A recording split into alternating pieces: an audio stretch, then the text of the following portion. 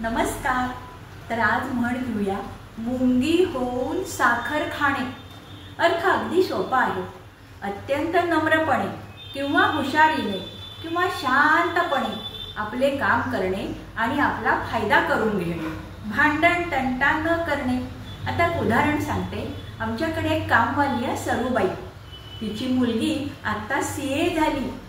त्या मुलीची पण हुशारी आहेच आहे, पण सरूबाई ती इतकी शांत, कधी भांडण तंटा नाही, आदळ आपट नाही।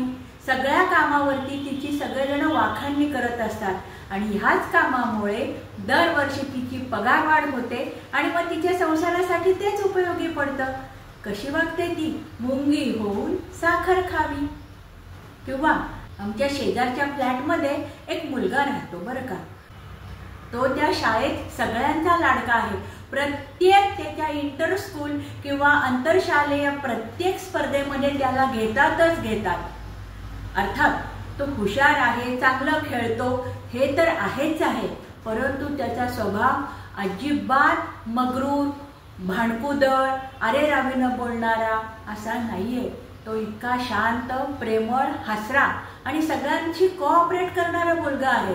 जणू काही मुंगी होऊन साखर खावी, त्यामुळे त्याला सगळ्या स्पर्धेत सर घेतात। उदाहरण आवडली तर लाईक, शेअर, सबस्क्राईब करा।